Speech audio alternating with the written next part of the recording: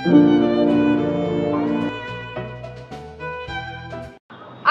Studio को संजो कर रखना बेवकूफ़ी होती। हिंदी सिनेमा के मशहूर अभिनेता, निर्देशक और निर्माता दिवंगत राज कपूर की जिंदगी में कई उतार चढ़ाव आए। उन्हें भारतीय सिनेमा में शोमैन के नाम से जाना जाता था।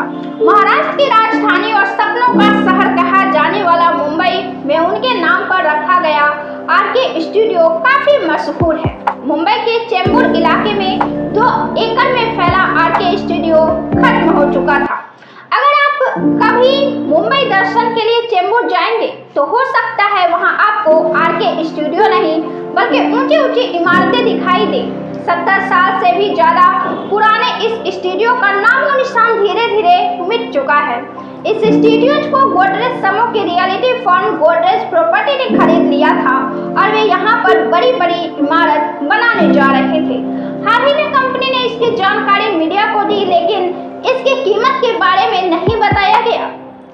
गोदरेज प्रॉपर्टी का कहना है कि वह लग्जरी फ्लैट बनाने और रिटेल स्पेस के लिए स्टूडियो की जमीन का इस्तेमाल करेंगे। इसके लिए 33,000 वर्ग मीटर जमीन काम में ली जाएगी। राज कपूर के बेटे और भारतीय सिनेमा के अभिनेता, निर्देशक और निर्माता रणधीर कपूर कहते हैं कि इस तरह आरके स्टूडियो का खत्म होना हमारे परिवार के लिए बहुत दुखद है। 15 अगस्त 1947 को देश की आज़ादी के ठीक 1 साल बाद 1948 में राज कपूर ने आरके स्टूडियो की स्थापना की थी। उन्होंने पहली फिल्म आग बनाई थी। इन फिल्मों का सिलसिला चलता रहा और देखते ही देखते उन्होंने ऐसी ही कई यादें और भारतीय सिनेमा पर अपनी पहचान की छाप बरसात, आवारा, बूट पॉलिश, श्री 420, जागते रहो, मेरा नाम जोकर, सत्यम शिवम सुंदरम, बॉबी, प्रेम रोग, राम तेरी गंगा मैली हो गई जैसी फिल्में बनाई। आरके स्टूडियो में फिल्में बनाने का सिलसिला सिर्फ राज कपूर तक ही सीमित नहीं था। रणधीर कपूर ने भी इस सिलसिले को जारी रखा। उन्होंने फिल्म कल से इस परंपरा को आगे बढ़ाया, जिसके बाद 2 और फिल्म धर्म, करम और हीना बनाई। राज कपूर के दूसरे बेटे राजीव कपूर ने प्रेम ग्रंथ और ऋषि कपूर ने अब लौट चले बनाई। भाइयों के लिए सालों तक इस धरोहर को संभालना और अचानक उसे बेच देना आसान नहीं था। रणधीर कपूर कहते हैं, आरके स्टूडियो राज कपूर जी की वजह से ही था। वहाँ की सिर्फ जमीन ही नहीं, वहाँ की हर तस्वीर, हर फिल्म उन्हीं के जरिए बनाई गई थी। हम तीनों भाइयों ने अपना कैरियर आरके स्टूडियो से शुरू किया। कई फैंस की तरह हमारे लिए भी ये एक मंदिर था। बचपन से लेकर अब तक यहाँ से हमारी कई यादें जुड़ी हुई हैं जो आखिरी सांस तक हमारे साथ रहेंगी। अपने पुराने दिनों को याद करते हुए रणधीर कपूर थोड़े भावुक हो जाते हैं।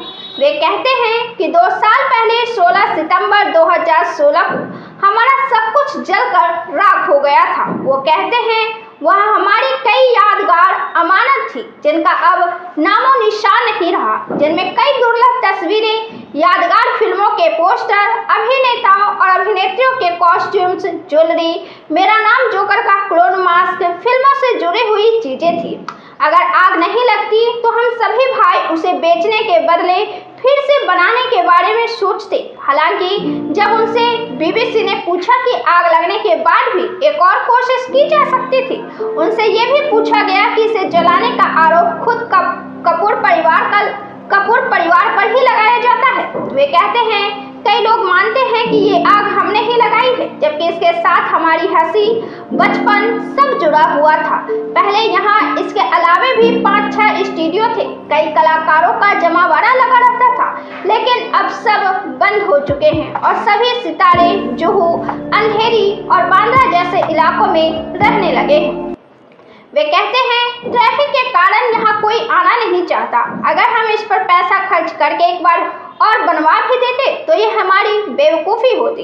कई सालों से यहाँ फिल्मों की शूटिंग बंद हो गई है। हम कपूर परिवार ही अपनी तस्वीरें खिंचवाते थे। शूटिंग के लिए कोई इतना दूर आता नहीं और इसमें हमारा ही नुकसान होता। ऐसे में कुछ करवा कर कोई फायदा नहीं होता। अपनी बातचीत में वो आगे कहते हैं कि एक ऐसा समय आया जब वहां राज कपूर घंटों बैठा करते थे।